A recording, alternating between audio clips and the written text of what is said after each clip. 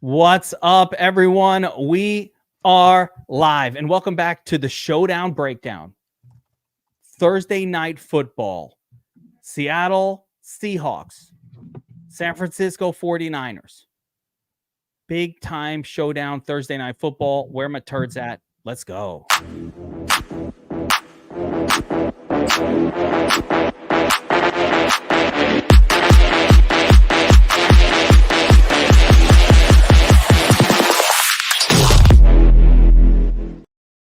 So we've got we got a good one here. NFC West showdown. Seattle Seahawks at home taking on the 49ers. This game has a higher total than I was expecting to see. The 49ers come in as 3.5-point road favorites in this game. It's got a 49.5-point total. That's on the high side for the season. Yeah, I was kind of shocked too. Feels higher than it should be in a way, doesn't it? I mean, I think it's hard. It's like that. We have that bias, like, 49ers D and you know, but they're just not as good maybe as like they have been in the past. So I think that's about right. Yeah, 49 defense has not been that scary in general to start the season. Will that continue? Will that go on? I don't know. But so far so good, and especially on the road, a little bit less scary. So we've got a Seattle team that's been very good. Seattle, very well rounded. Just they got a good running game. They've got a nice passing attack. Geno having probably his best year as a Seattle QB. Getting rid of Pete Carroll helped over there, Bobbywow. Yeah, he's having a solid year. He's throwing the football a ton. They've been a little off balance. They've been throwing the football quite a bit more than you would expect.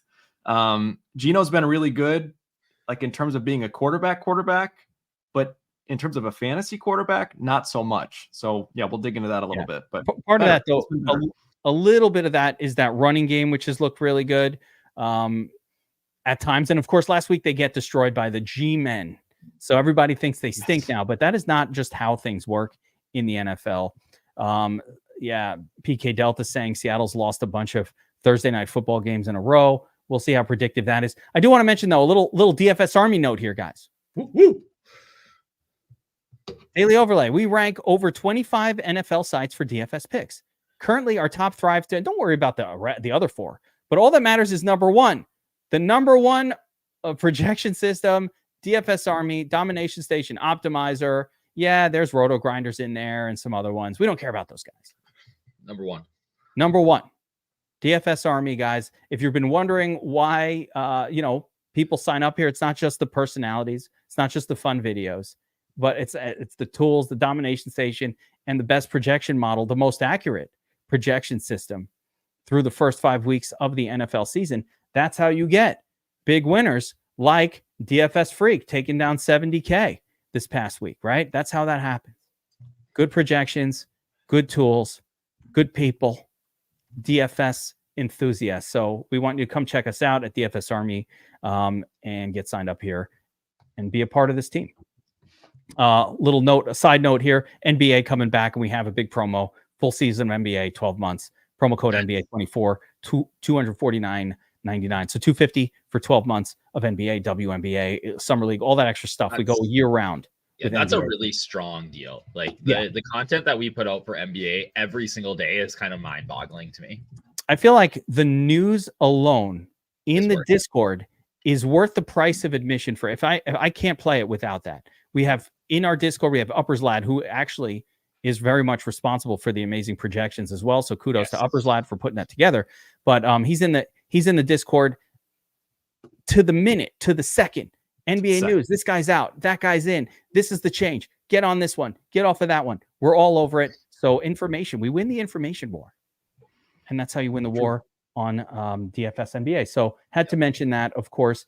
Now, let's get into it. And Showdown, Thursday night football, Seattle. Let's talk Seattle side, Bobbywow. Take me through it. So last week, Geno, Kenny Walker, 70% of the snaps, Zach Charbonnet, 36%. So it's gone back to the 70-30 kind of split. It has. Yep. Just like we saw earlier in the season. I expect that to continue. Walker is the prime guy with Charbonnet mixing in to give him some relief. I think it's noteworthy that in terms of targets, Walker is also catching passes. and they're equal on the season. But Walker last week, 20% target share to Charbonnet's 12. So Walker is not this just running the football guy. He's just an all-purpose back, 70-30 split with his opponent. Gotta like that. I usually like the favored running back, but certainly Charbonnet is relevant here. Let me see if I can make this screen smaller as I can tell you. Keep in mind, too, some of those season numbers are skewed because Kenny Walker did miss a week with that oblique injury. Really essentially missed a game and a half. So yeah. So we're effectively just looking at last week as last week is the best example. Yeah.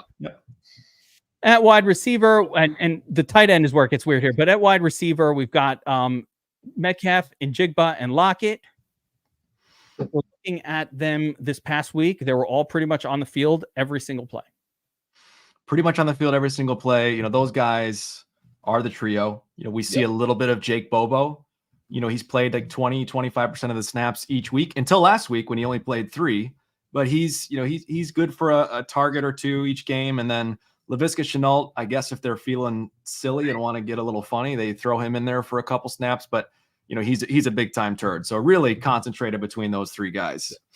We've seen some WR4s burn some showdowns. The turd. Talk about where my turd's at. I do think it would be Bobo if any of them. But again, Laviska will play a couple of snaps. He's there. So and he's that gadgety guy. At least he was in Jacksonville. So people think that they can get him out in space and he's gonna be crazy like he was in college. And we just haven't seen it yet, but it's a showdown. Who knows? He's had a long time. I agree with you, Bobby. I think Bobo's the guy. The Isaiah Hodgins of who was it that broke the slate? Hodgins. Yeah, Hodgins, the $200. Yes. In overtime too. It took him till overtime, that right? Was crazy. Dude, I still can't even believe it. But you know what? It's been a turd. Like we talked about the Where My Turd's At show, and then we went and we did a lot of back testing, and you know, it's about 50-50 that some random 4th string wide receiver or some like what we call a turd here, which is just not a normal guy who's on the field a lot, comes through, be it Kohler in that Ravens game the other day. Like, where did that come from? You're playing, or even Cameron Hayward in the Steelers game the other day. Like, where did that come from? I didn't realize the Kohler thing. Like, he's a big boy. Like, he does not look like a tight end. He's a stud. He's out of Iowa, right? Kohler, I think he's out of Iowa. Well, they feed him corn and you know how it is in Iowa. They're all man. Giant blonde hair, corn-fed athletes over there. They all start as wrestlers. Got all that agility. So anyway, there we go. There's not a whole lot of turdliness here outside of the tight end position, which does get really weird. So AJ Barner, I believe, was the tight end in a showdown not long ago. He did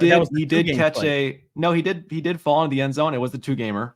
I think he did crack the optimal there, but it's not as silly as it looks. You know, I think first and foremost, the Seahawks don't throw to their tight ends very much at all.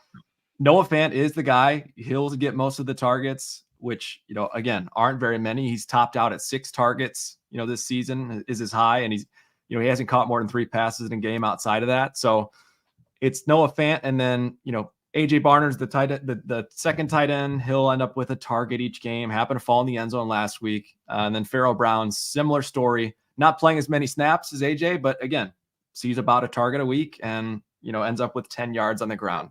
Could fall into the end zone. Clear something up for me here. This is very important for this showdown. Pharaoh Brown, no relation to Amon-Ra St. Brown? No. And Equanimous? They're not related? I can't imagine there is. He's been around a long time. He's an old man, and he certainly doesn't possess any of the talent that those guys have. Is he their dad? Oh, Bobby, old man. How old is he? Is he not old? I always guess 34, 35. 30. He's not their dad. People are younger than me. He's not their dad, obviously, but he's 30. I thought he would be older than that too.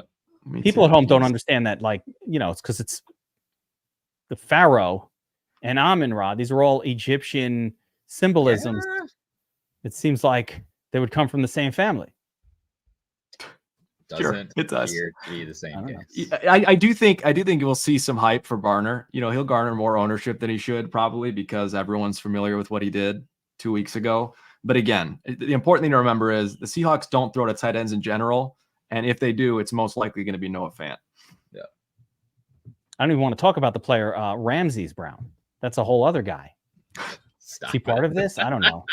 It gets crazier and crazier. You go down the Wait, the rabbit hole on this one. It gets nuts. Hold on. All right. Somebody in the chat made a good point. St. Brown and Brown are two different last names. That is fair. Okay. All right. Accepted. Good call, Money Mage 940. Okay. Let's shift focus to the San Francisco side. 49ers. Brock Purdy at the helm. Jordan Mason has been spectacular for this team. He's risen up to. He's been very good. Spectacular feels like a stretch from the fantasy world perspective. Sure. But actually, even his bad games, and I'm going to push back on that. Even his bad games, he didn't get the touchdowns, but his bad games are like 90 rushing yards, which is still really good. Like, even in some of those bad games, he's putting up yardage. He's getting carries. He's getting a ton of work. And I love it. Has he produced? But it's not good for a guy that's the highest priced player on the slate. Well, that's there you go. The issue we run into. Yeah, that's right. So has that matched, like, FanDuel went crazy week 2 with him, just jacked him up to like 9K on the main slate. And, DraftKings is already, they got him priced right next to Saquon Barkley. Like, take it easy, guys. Yeah. Take it easy. Take it easy. But he's been very, very good. He's been solid. Don't know what his salary is on the slate. I didn't even get to that. Sorry, I'm jumping the gun. But he's been really good. He gets all the carries. It says 68% of the rushing opportunities. I guess they mixed in Granado a little bit last week. He got 5 carries last week, and also can't forget that Purdy does. He'll have a handful of rushing attempts each game as well, so that cuts into that percentage. Why do we think Granado all of a sudden started getting carries last week? I don't think it was anything significant, honestly. I just think, I think that was the second week with 5 carries. We're talking more carries. We're talking about, a difference between 3 and 5 for him. Right. So it's not, nothing super notable. Not a ton of passing game work for Jordan Mason, though, which does harm his upside when he doesn't get a touchdown or cross 100 yards. So that's just what he's going to keep being. Mason fumbled, Schwami's saying. Yeah, but I don't think he was in the doghouse. That's his first fumble of his career. So it's hard to put it on that. Yeah. Shifting over to the wide receiver group. I mean, one nice thing about the 49ers is who's going to be on the field. Yeah, it's true. Debo, 82% snap count. Ayuk, 92%. Juwan Jennings, 56%. So, it's either double tight end, and Kittle's out there 90% of the snaps. Really interesting last week, the target spike went to George Kittle when everybody was playing Deebo Samuel. But in general, Kittle, Ayuk, and Debo, and even, Juwan Jennings, want to discount this because this was all driven by the one game where he got a ton of targets. But beyond that, it's usually going to be Kittle, Debo, Ayuk, pretty much no rhyme or reason. Yeah. They're all splitting the targets. Somebody's going to score a touchdown. Somebody's going to have a big game. Not a ton of rhyme, not a ton of reason to it. We're all still waiting for the Ayuk breakout. Yeah, we're really waiting for the Deebo Samuel for him to get it going again. Right? That's the thing. Yeah. Yeah. Definitely. The turd on this team is Juwan Jennings. There is no other turd to target here. Like, at this point, with everyone healthy, the turd is Juwan, and I really don't think you go anywhere else outside of maybe a Kyle Juszczyk. But like all the other names listed here, they're untouchable to me. I like it. I prefer it. I like that. Less choices to make in terms of, I hate having to mix in. If you have to mix in too many turds, it's hard to like, and when you're not really secure on which of the studs is going to be good, with the 49ers, we want to just mix it around the studs. We don't really know which one it's going to be. Exactly. I'm really curious as to if we think these quarterbacks, either one of them, are viable captains. So we'll get to that in a second. But I mean, I'm really curious in that regard. But at tight end, is there any reason to play Eric Saubert? Is that something I should be messing with? No, I mean, he's had 4 catches on the season. I think 2 of them were when Kittle was out. So I'm no need. I'd rather play Juszczyk if I'm going to go crazy like that. And again, I don't want to play either. Cool. All right. I think that kind of gives us the overview of these two teams. Now let's jump into the breakdown here, and we'll take a look at the cheat sheet, I think. And Bobby, wow, you put this one together for us. So we'll kind of take me through it. This is DraftKings. We're looking at who are the viable captains on this 49ers or in this game that we should be looking to target on DraftKings this week. So Bobby, wow, take me through the captain position and how you see it going. Yeah, I think you may need to hit with a refresh at some point here, but to me, at captain on DraftKings, you've got quite a few options, and this is the problem with a team with two teams that feature three of the same guys in their passing offense primarily. So it starts with the two running backs, Jordan Mason, the top priced guy on the slate on both sites. To me, far more of a FanDuel option, but again, he's playable on DraftKings in a game where both teams commit to the run. Mason's got multiple touchdown upside. He's like minus 200 to score one. So certainly in play here. I think my favorite's Kenny Walker, coming off a little bit of a dud, hurt a lot of DFS players last week, which I love. I'm hoping, we get a little bit of ownership suppression there. I think he probably hurt all of us. But I think Kenny Walker to me is the top dog on DraftKings. And as far as captains are concerned, with, the combo of a safer floor and a very high ceiling as well. One thing we didn't talk about yet was that balance of run versus pass for the Seahawks. The coach came out last week and basically said, this is unacceptable.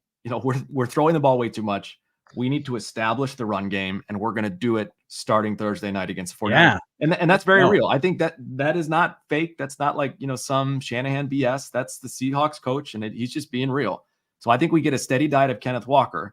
And so, to me, the question isn't whether he's going to get a bunch of carries, which he did not last week. It's just whether or not he can do something with them. And I think he will. So I do like Kenneth Walker, above anybody else on DraftKings this week. Sure. I like it. Dynamite, Kenny Dynamite Walker. 4-star. There are obviously there are going to be some other ones. I would just say with Mason and Walker, I am looking to downgrade the quarterbacks connected to these guys if they're my captain.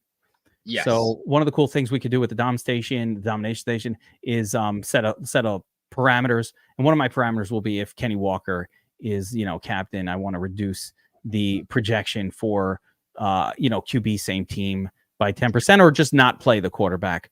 But preferably just reduce the projection for them a little bit. Yeah, to me, it's on the San Francisco side. You could almost just say if Jordan Mason is captain, don't play Brock Purdy. There's zero correlation there. With Kenneth Walker, he had 7 targets last week. So I think I would just do the sim boost and just say decrease projection for Geno on that side, because it's more likely he could end up in the same lineup. But like you said, I think both, you definitely want to decrease at a minimum exposure to one when you have the other. Absolutely. Now, taking a look at the rest of the captain spot, and actually, I'm taking a look at something really interesting here. And this does actually, I'm going to pull this up. So this is the power ranking sheet, and specifically, we have San Francisco at Seattle here, and I actually wanted to show this. So, according to the power rankings, it's a shockingly close game with a 26-26 finish potentially here. I'm not sure how much this is visible, but more importantly, here we go. Our projection system is looking for San Francisco to run for 146 yards in this game. So it very much likes the San Francisco running game here, and it's only Jordan Mason running. So that's a positive for him. And it does like both teams to throw for good yardage, Seattle more so. But what you're saying, Bobby Wow, is yes, if this was last week, sure, but the coach is coming out talking about we're going to focus the run, which increases the potential for this one to shift a little bit more to the running side. Is that kind of how you're thinking about it? I think so, but also, in the same way, think about it with, passing. I think, Kenneth Walker is going to be on the field, and we're not the only ones that hear this commitment to the run. San Francisco's, going to be, they hear this too, and they're going to probably crowd the box, which means, Kenny Walker could have more opportunities in the passing game as well if they do some play action, some screen passes. So yeah, I just think overall it's a boost for Walker, even when you look at these stats right here. Yeah, and this model definitely does like that Seattle passing game as well. So if we were believing this, which I do, then it just generally looks a little better than you would think, just given the reputation of the 49ers being this stifling defense that they're really haven't been that much of anymore, unless they're facing the Jets. And shut them down. All right. Other spots here. So DK Metcalf, Deebo Samuel. I think obvious. It's always obvious to play the wide receiver ones in these spots. Yeah. And I think DK Metcalf, as high of a ceiling as anybody on the slate, I wrote notes. He's just a specimen. He's a beast. We've seen him put up the highest score on slates like this in the worst matchups before. We saw it last. I can't remember. It might have been, I forget, it was Dallas. There was some game where he was projected like very minimal ownership because of the matchup, and he just smashed for like 50 points. So DK is I think, to me, the one guy that is somewhat matchup proof here and has potential to score as high as anybody. So tournaments, love DK as an option. He's a little bit boomer bust, whether we'd like to admit it or not, but he is getting the majority of the targets on the season. And he does have, 3 weeks with 100+ yards. So I like DK a lot. Metcalf. I think the other two guys, on the Seahawks, JSN, Lockett. To me, JSN is even more boomer bust. He could put up a ceiling score here, or he could put up 3 points. So, again, probably maybe a more deeper tournament guy if you're looking at someone to play a captain, but certainly in play. Whereas Tyler Lockett, he's really become the third option. He's involved a little bit more in the shorter routes, maybe a little more volume than JSN if you look at it over the course of the season, but not likely going to be someone who's going to put up a massive score. Really, he's up there because of the salary. You see the salary on him and the salaries on him and Jennings are just crazy low. So that's why I included both those guys there. Yeah, and it's hard to want to play. It's hard to want to play Juwan with the rest of the team healthy, but yeah, he can catch a touchdown. Like he can do something to spike. And we've seen in recent slates where a kicker made his way in there with a 15, not the highest scoring player on the slate, but it just allowed you to play more studs. We literally have had a couple of slates, a couple of showdowns where that happened, where absolutely it was far from the biggest score, but it was a kicker or some other cheaper guy that opened things up enough. Like, I don't know if Tolbert the other night was the highest score. I think it might have been.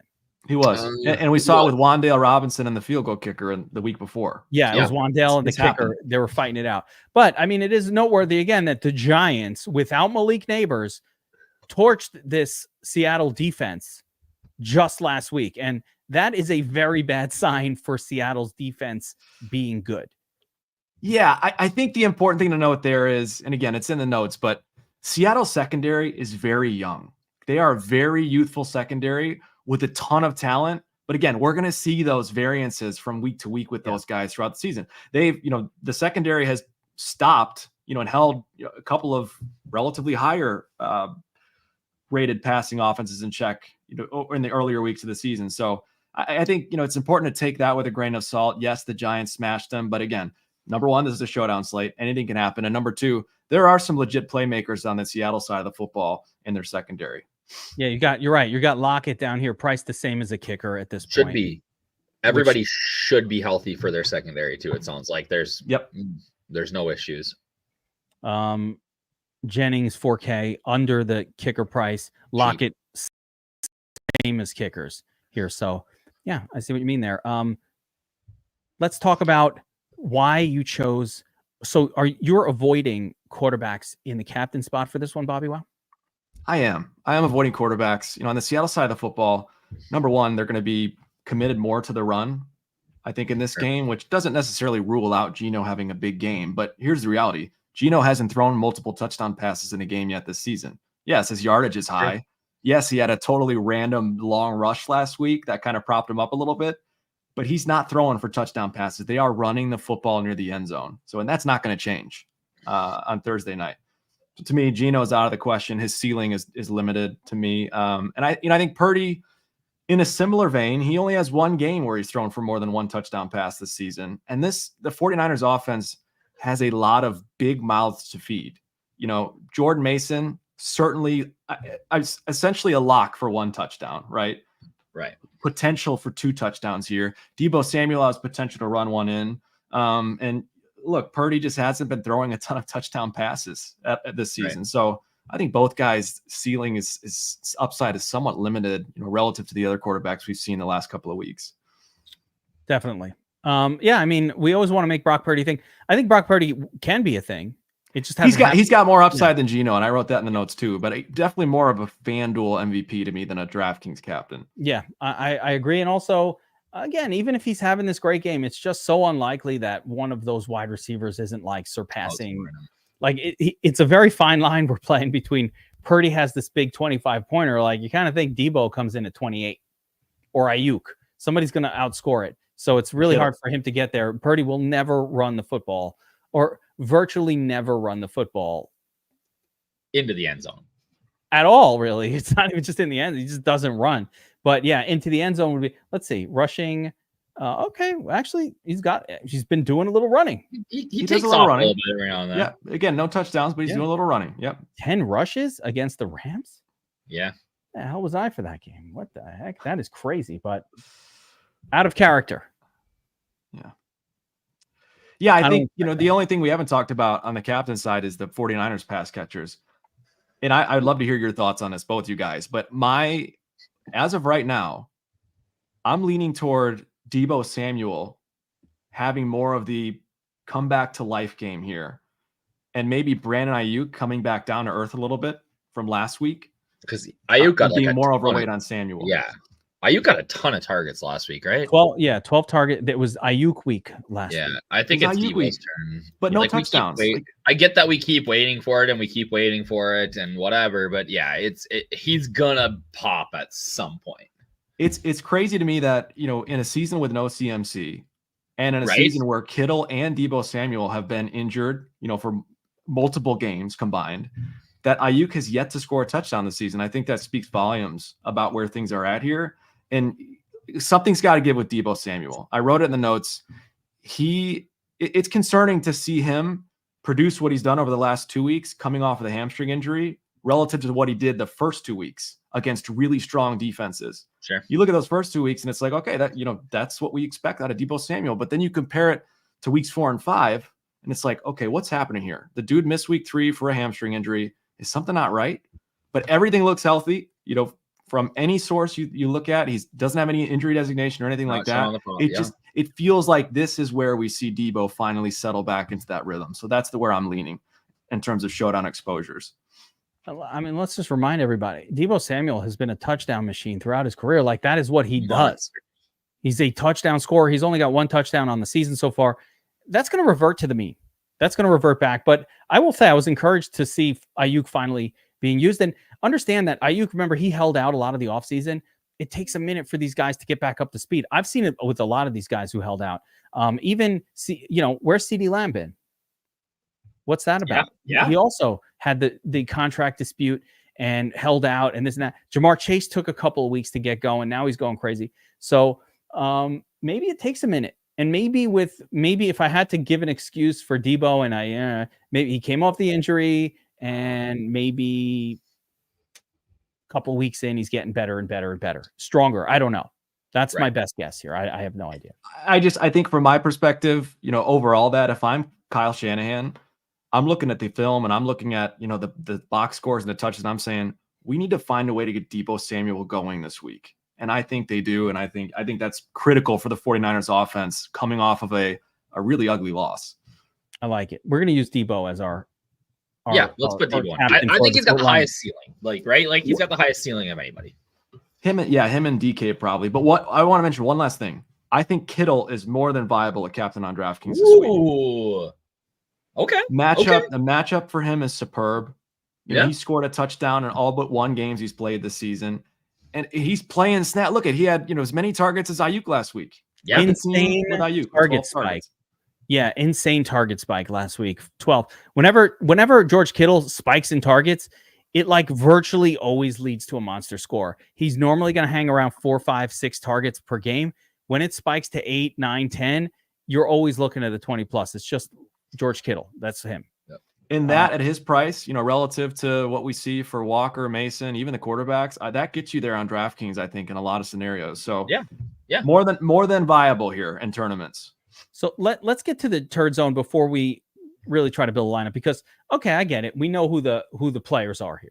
Right. We know who the names are who are good. Even Lockett at 5,400. Yeah. Myers, Moody's out. Moody was a very good kicker. He's out. We got Matthew Wright is in. Matthew Wright is he's a solid kicker as well. The difference between him and Myers is he just hasn't seen any game action this season. Both guys have big legs, 55 plus. So yeah, I really love the kickers again. I know we're on repeat here, but they're not priced up enough yet. I just love them. Their floor is so high, and that 4,600 is nice. Yeah, Myers is the safer option just because he's been in games, but I think Matthew Wright's going to go way under owned, and that is just the upside as Myers does, similar floor. So both guys I'll be overweight on. I'm not even sure. Matthew Wright, someone who's mentioning, is in the FanDuel player pool. Yeah, I was not yet. He's not yet. Yeah, they'll keep his ownership down too. Yeah, they'll get him in. 20 minutes ago, he wasn't. Yeah. They'll get him in there though. But so below the Juwan barrier here. Mm-hmm. Okay, we've got the two defenses. We always play, our 15-20% defense exposure. I'm not going to change that any particular game. But below the Juwan line here, I'm looking for names that might work. Like, all right, you got Noah Fan at 3K. That's where I went right away. That's where you draw the line.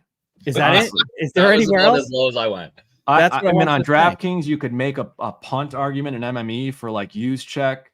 Your guy Barner Geek that you love, and Bobo, and 150 lineups, you could take some dart shots at them. But if you're looking at 20 max, or just GPP in general, I think you draw the line at Fant at 3K, and that's as low as you go. I think Charbonnet at 3,400 is actually every bit as good of a play as Fant is, but he's really not worse. I mean, he's getting a few targets. So I'll make my injury argument real quick.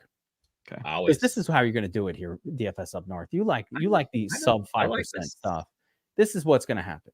All right. Yep. So you've got Charbonnet, which will be an acceptable turd or explode if Walker gets hurt in the game, right? If Walker gets hurt, Charbonnet becomes a lock button nuts. I don't even care if it's at halftime. Like, he will get there. Now we know that if Mason gets hurt, Garendo is going to be our guy. Sure. So the way to attack those things, and yes, hit me in the comments with why talking about injuries is stupid and they never happen. I just keep putting that in the notes, in the comments. It's fine. I don't mind it, because every time I watch one of these games, something happens like that and somebody gets hurt and everyone's like, oh, who guessed that this, even a wide receiver getting hurt pushes that Jake Bobo. Like I was going to say, it's not just the running backs. Any wide receiver gets hurt, and all of a sudden, that's where Jake Bobo is like, why is he in the game? Oh, Lockett got hurt. Oh, all right. Or so those are situations. Why is Isaiah Hodgins? Oh, this other dude got hurt, right? He came out of the game. Why was the WR5 even in there? But that's how you get the 1% owned player that gets a miracle touchdown and helps you win the $100,000 top prize. People who had Hodgins that day the dude won $500,000. And just to add on to that, because that's so important to mention, two things. That's even more important on teams that focus their volume on three guys at the wide receiver position. Number one. And I think, number two, we've seen this time and time again on Showdown slates where these turds happen to end up in the lineups, and you don't have to get crazy with exposures to have enough of them. They're going to be 1% owned by the field, if that. So, 10%, if you're running out 150 lineups, is usually enough to have significant leverage, enough leverage where they're in enough lineups to perform well for you and end up hitting it big if they do go off. Literally, that just happened with these guys. AJ Barner won somebody a monster tournament. Who's AJ Barner? By the way, at that 2-game slate, I tried every player, and this guy was like, "Nah, I'm not playing that turd." I played a little bit of everybody. I was mixing in all the tight ends on that thing. I'm not playing this turd. And then he comes out, and it's like, what did he do? Nothing really, but he got a 10, and that was all you needed. He just caught a touchdown, and that's what matters. So, Barner, Bobo. But with Bobo, again, with some of these guys, you want to fade another guy like Garendo. I don't think I'm playing Mason and Garendo together, but I'll force some Garendo lineups where I specifically don't play Mason. And the same thing with Charbonnet. I think Charbonnet can be played with Walker, but he's even better of a play without Walker. I just think if Seahawks are upping their volume on the ground, that means Charbonnet could be in line for as many as, 7, 8, 9, even 10 touches this week, which is plenty to get him there at that salary on DraftKings. So far less opposed to both Sharps and Kenny being in the same lineup. Yeah, that's what I'm saying. Kenny, him getting 5 targets, 3 receptions last week with Walker says, all right, we can't just not play them together, but I do prefer him without Walker. And I might do a little like, if he's in it, reduce projection for, if like, I might do an if Charbonnet, then reduce projection for Walker by 10% kind of thing, which will lower the amount of time that they wind up together in lineups. It'll reduce it and it'll make sure I'll have some without him. Yep. Okay. Let's build a lineup here on DraftKings. I've made the screen big. So we can all see it. By the way, guys, those of you guys who are watching both live and in the replay, let us know, where are you going at captain? Who's your favorite captain, your top captain for DraftKings and for this showdown, Seattle 49ers showdown? Who's your favorite captain here? Who are you building around? Somebody that we missed? Probably not. But maybe. Yeah, probably not. So let's say we start one with Debo. Okay, that's my backbone. Debo. It's the rare case where someone up top, I think you could make a similar argument for decreasing the exposure to Mason when Debo's in the lineup, especially I think so too. Yep. Yeah. I don't think, Debo and Mason maybe don't pair the best together. So maybe that's a Mason fade. Fine. So give me Kenny Walker right away. Who's your first click? Kenny Walker? All right. 67.50 remaining. We've got the San Francisco wide receiver. I really like Kittle's price. If he's crushing it, can a second wide receiver from San Francisco, should they be in there, or are we just going Brock Purdy? They can definitely be. We've seen multiple multiple pass catchers put together nice games. Well, Brock Purdy only throws for 1 touchdown. We saw it last week. Yeah. How about Kittle? Yeah. Or Metcalf? Kittle? Okay. I think that's the real question this week, right? Is do you I don't know that you need a quarterback. I don't. On DraftKings, you definitely do not. Could they be in there? Absolutely. But I don't think you do. And I really think that this is the most stark difference we've had yet this season of a player between DraftKings and FanDuel with Jordan Mason. Jordan Mason's floor on DraftKings, relative to the other guys on the slate, plus his price increase, at captain and him being it's so massively skewed on DraftKings where he only scored 10 points in week 3 and week 5. You're talking about how he put up big numbers, Kev, 89 rushing yards, 79 rushing yards. But on DraftKings, when you don't catch passes, that doesn't mean anything. So this guy is absolutely, even that 20-point game isn't enough. I don't think. He needs a bonus. He needs the bonus, right? And the touchdown. So, but you're right. He is not catching enough passes to create a viable floor. But that doesn't mean Jordan Mason can't go full Derek Quinry on your ass. Totally. And go 150-yard, 2 touchdown smash. You know what I mean? Notice I rekindled the old Derek Quinry name. I don't even know who that is. Derek Henry. Come on, man. Oh, sorry. I'm just saying it's much harder for Mason to get there on DraftKings. It really, truly, and that's not an exaggeration. It is much harder than him compared with a guy like Kenny Walker. Even if Kenny gets 4 or 5 less touches because of that PPR upside. Right. Absolutely. And by the way, I think one of the most exciting things is seeing again Kenny Walker getting targets. Where did that come from? Kenny Walker? Kenny Walker is leveling up in his career. He's like a Dungeons and Dragons player that is leveling up and adding skills. Put a skill point on the pass catching. Throw early in his career. It's skill points all on truck sticks and power, and now putting skill points on the pass catcher. That was a very specific reference, but I will say I do think our audience probably gets that. Yeah. You're not going to watch too many DFS breakdown shows and get and not play on Dragons reference one week, and the next week you're going to get a Wu-Tang lyric being spit at you. Where does this come from? Diverse. It's called being well-rounded, guys. Yes, got to be well-rounded.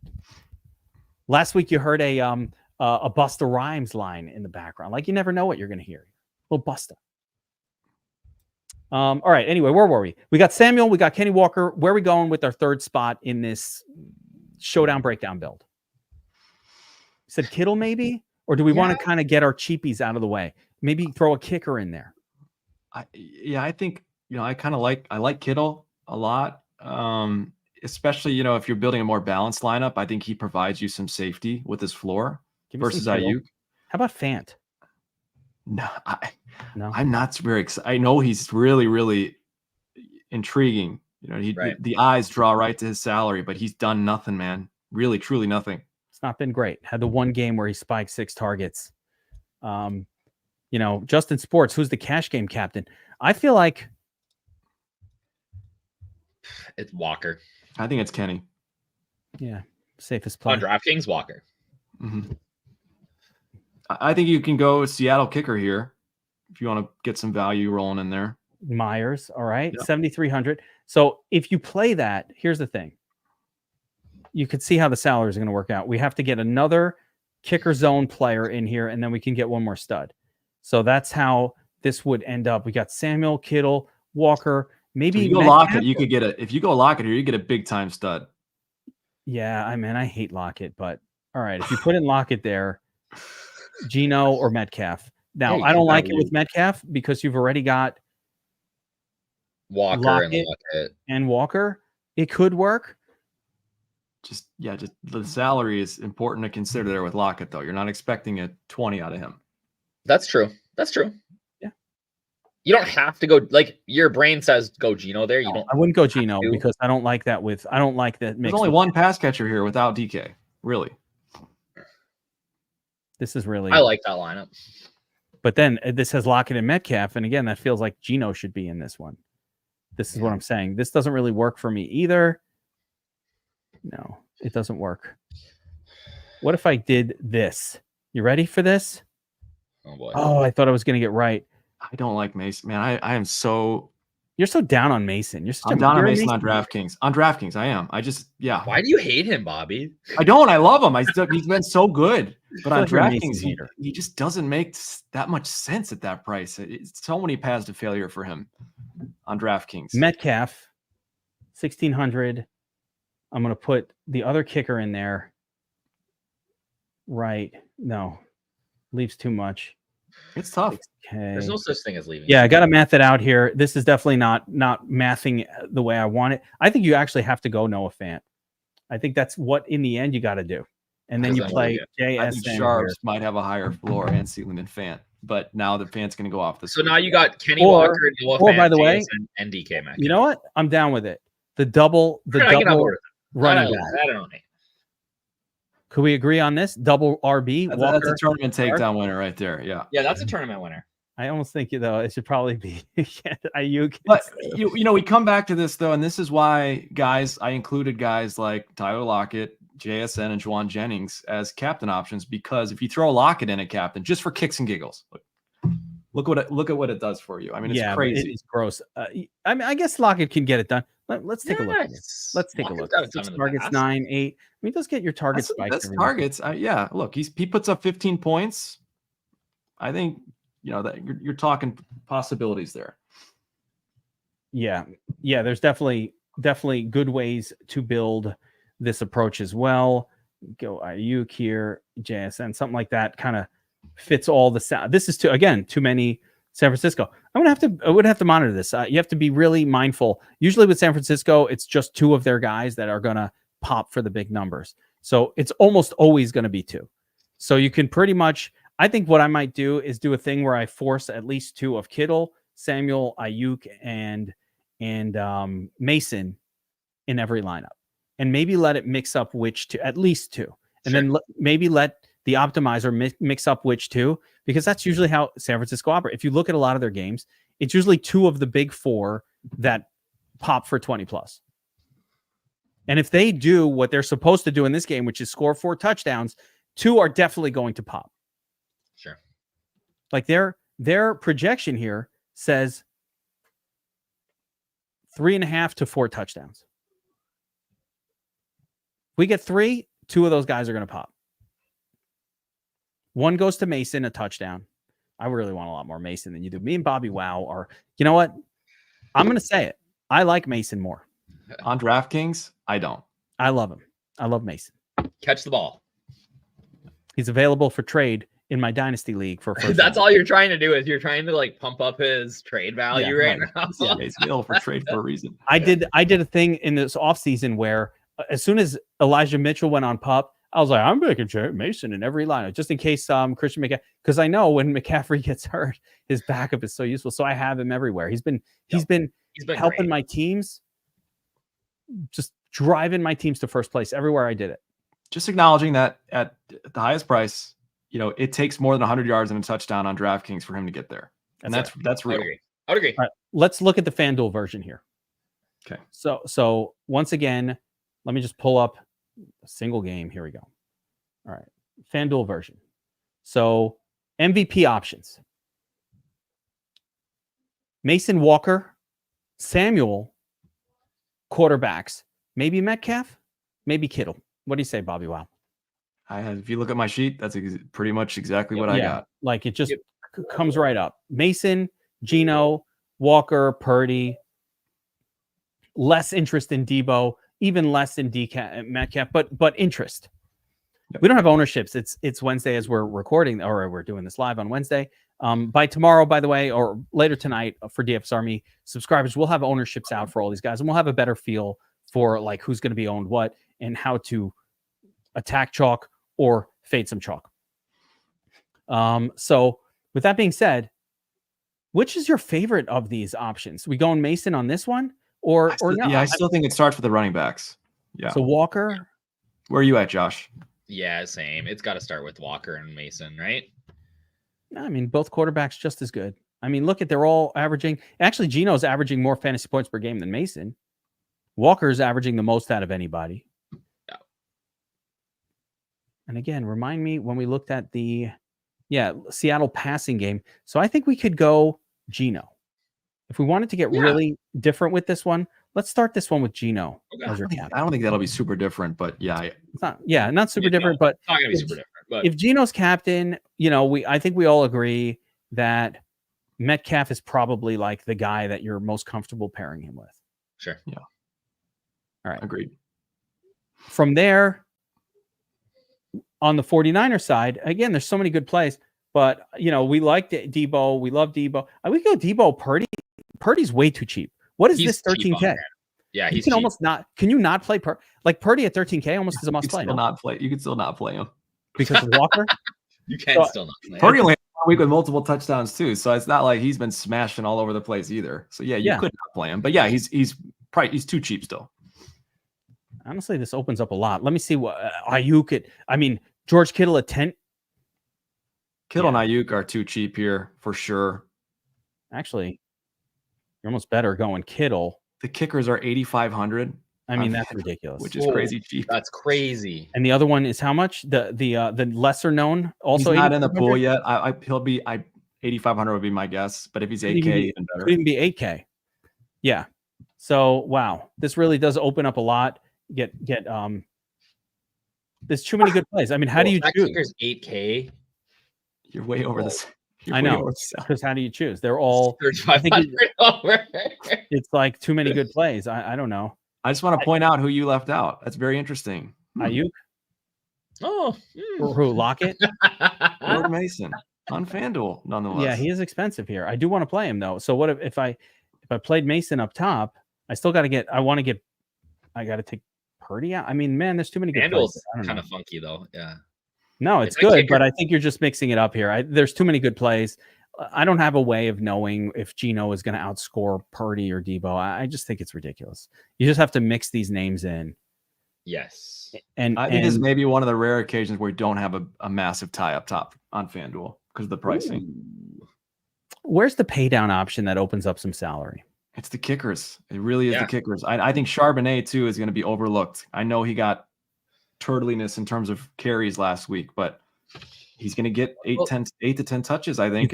You think 8,500 Myers and whatever the other kicker is? Your guy Noah Fant is in play. He's okay. Pharaoh Brown catches a touchdown. No, Pharaoh. Those guys aren't even cheap. They're not even min price. Pharaoh is, but like I think the other guy's Barner at 65. $7K. No, thank you. Yeah, there, no right? way. That's ridiculous. Bobo's your silly for the millie punt here. He's the Bobo silly is going to guard. catch a touchdown this year. You I know guarantee. he is. You know he is. Guarantee it. He will get a touchdown this year. So yeah, when you're getting a little silly on FanDuel, I guess that's the way to go. You put one Bobo and a kicker in there, and now it's just like highest. You just click the top. I mean, there's no salary constraint left if you do that. I wouldn't. So Mason, Walker, Geno, probably two taking running backs and a quarterback is crazy already. Yeah. Just that alone is pretty nutty. So basically, without spending too much time on FanDuel, it's like very affordable, and you're just going to mix and match the studs in there. This is not a game where, I haven't been able to look at this and think, oh, the running back's in this great spot, or this particular wide receiver because of some reason. They're all fine. There's no way of ever knowing which guy San Francisco is going to. They just mix it up. Kittle's in there too, and Kittle's cheaper. You know what? So my what? leans are Debo and Kittle over Ayuk and Mason this week, but again, that is not objective fact. That is me just coming Kittle to an there. assumption. Now we don't have to play. You switch one for Kittle. Now I don't have to play like Bobo. Now I can get somebody else in there. That's good. So it's just pretty fun how the salaries come together. Yeah. You said Kittle, it's kind of a fun MME slate for FanDuel. Super fun. Yeah, because you don't feel like you're building trash lineups. No, they almost feel too good. It's like hard to make the choice. That's I love all these guys. So Kittle and Debo, then you have to take out Mason and put in someone else. All right, fine. Put a Smith there. All right. Now who am I connecting him with? Well, I don't really want him with Kenny Walker, so I'm going to go to Metcalf and I need a second guy. So yeah, and now I don't need Myers in there. I can get a second guy. Oh, wait a second. There we go. That looks good. With no running back. To make a lineup on FanDuel with no running backs is crazy. But hey, let's try to win a tiny $3 contest with that. Let's do it. Okay. All right, guys. That was pretty wild. Just to be clear, I think Jordan Mason, odds are more likely than not that he ends up in the flex on both sites. I just think, I will personally be well underweight because I think there are more paths to him failing than people realize, than the general DFS community realizes. Sure. That's all. I think that's super fair.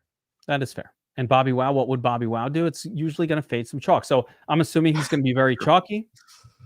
And we can, I don't know who Pharaoh Munch is, Swami. He's mentioned this Pharaoh Monk twice. Is that somebody that people know who that is? I need to look it up. I have no idea what that is. Is that like a hot chick? I don't know what he's talking about. What? Maybe it's a hot chick. It's a rapper. It's a rapper, Kevin. It's a rapper, okay. Kevin. You should know that. No, not modern rap. If it's outside of the 90s, I'm not interested. He's got some hits from 1999. Oh, some hits. Similar to him. That's what I'm just seeing. This is different. But Killer Priest from Wu-Tang used to dress up kind of like an Egyptian, a little bit with his on stage attire. Killer Priest. In any case, some listening homework for the week. Yeah, and he rapped the theme song to Madden NFL 2002. That is a wow. Okay, that's a drop. That's okay. Things. All right. Pharaoh Monk. Okay, I'm on it. Look him up, buddy. We're looking Even him up. Thinking hasn't heard of him, and he knows his stuff. So, all right. That's going to do it for the Showdown Breakdown Thursday night football matchup. We will be back on Friday at 5 p.m. sharp for tournament tactics, looking at the NFL main slate for NFL Week 6. So don't miss that. Make sure you're here to check it out. If you're an NBA enthusiast, NBA is back. Promo code NBA24, DFS Army 12 months. This is primarily for the football season long subscribers who already bought the full season of NFL. Normally, I think your best bet, if you're going to be in part of DFS Army, if you have a monthly NFL, I suggest just swap it out for Core 4. That includes NBA. It's like, I think it's only $20 more and includes NBA. It includes NHL. It includes MLB. So it covers all the main sports. It's $69.99 a month. Code Geek, 10% off that thing. So that's the best way to go if you're not into secondary sports or awesome sports like NASCAR. golf. That's the DFS up north specialty right there, PGA. And we have esports, League of Legends, all that stuff that's going on. If you're not into that, you just do the Core 4. So swap out your NFL monthly for Core 4 monthly. That's the least expensive way to do it. Get the best deal. But if you've already if you're a season-long person, you can get the full year of NBA, 12 months, $249.99, which is a great deal. It's like $5 a month. It's a good deal. Bobbywow trying to do the math right now. I feel like Zach Galifianakis in that scene from The Hangover. It's a couple of soy lattes. Yeah, it's the price of 2 soy lattes with whipped cream. That's why it's tough for me. I can't imagine my life without a couple pumpkin spice lattes with whip. With the whipped cream, with whip. With whip. You gotta go with whip. No, Bobbywow, not the whip. Soft. Not the whip. I'll even allow the pumpkin spice because of your love of the fall season. I feel like it all goes together. Like, yeah, but Bobby loves every season. He's a big Christmas guy. Can I show you what just came out? Be up in the background soon. Show you, little. Yeah, I was gonna say the tree's gonna be up in the background soon. I don't have any. The very first. We got the very first. It's October 9th. It's a faux pas before November, but there it is. You got to go after Halloween. Us Midwesterners. We had a snow day in like October 3rd a couple of years ago. Did you? Thank you, Josh. Thank you. Happens. It gets cold early there. It's like 80 here today. It's awful. Is it? Oh, nice warm. Actually, people tell me it's super hot. It's not that. I got the heat on. I'm in New York. I got the heat on in here, but yeah, you guys are supposed to be cooler. All right, we're off track. Yeah. All right. Good luck this week, everybody. Let's actually, you know what? I didn't even bring up the screenshot, but we had another subscriber member win the Monday Night Showdown. How do I forget these things? Wait. Where is it? It's all I forgot to show that one and give some props out where it was due. Hold up. Let's see if I can. Here we go. How about this? This is what it looks like when you use the domination station. This is what it looks like when you use the domination station and you take down a tournament. Boom, Look, boom. 150 line. Oh, it's the mini max. This was a 50-cent entry. That's so 7K awesome. winner. 7K, baby. You can win $7,000 off of 50 cent using the domination station optimizer. That's what that's so awesome, man. Jay did be paid after this one. 50 cent into 7,000. All right. He put 150 in there. It cost $75. But that's still $75 to turn into $7,000. You don't even need to enter the $20 entry contest. Nope. What would you rather do, guys? And this is real talk. You've got $100 budget. You're doing a showdown. You could put 4 lineups in the $15 million to first. Or you can max out this mini max. No. Where you see what happens. If you win it, you win $7,000. They got a quarter one too. That is what I would do. There is so much awesomeness with the domination station and MMEing, and it's so much more fun even to just follow like so many different lineups throughout the game. That's the way to go. A lot of people want to watch. They're like, hey, give me the one lineup, but it's tough. It's a single game showdown. Yes, I can pick out. If I'm being honest, I would probably just put it on like $100 single entry because then I could be dead like 5 minutes in and I can just go to bed. But yes, you're looking to go to bed. I'm not looking to go to bed. I'm looking to watch the game with a rooting interest. That's the whole game. First of all, what do you not have fantasy? Just different perspectives. That's all. That game the other night was so late that as soon as the rain delay was on, I was like, oh no. You're such a teacher that starts school at 6 a.m. Bro, I didn't even wake up this morning until 10:30. All right, let's get real. I had my workout in, everything. I was done. I don't even get up before 10. I'm sleeping. All your life. And there's no lateness that a game is going to bother me. Shout out. I hope everybody that's in Florida is safe. Your kiddo, Gainesville's good. Like they're all right over there. I had to bring my daughter home from Gainesville. She's here. Did she come home? Oh, okay. Yeah, she's here. Wow. Fuck that. Yeah. They're like, come on home. Get a flight. It was crazy yesterday. We got her out of there. She's here, but now I get to hang out with my kid. Best week ever.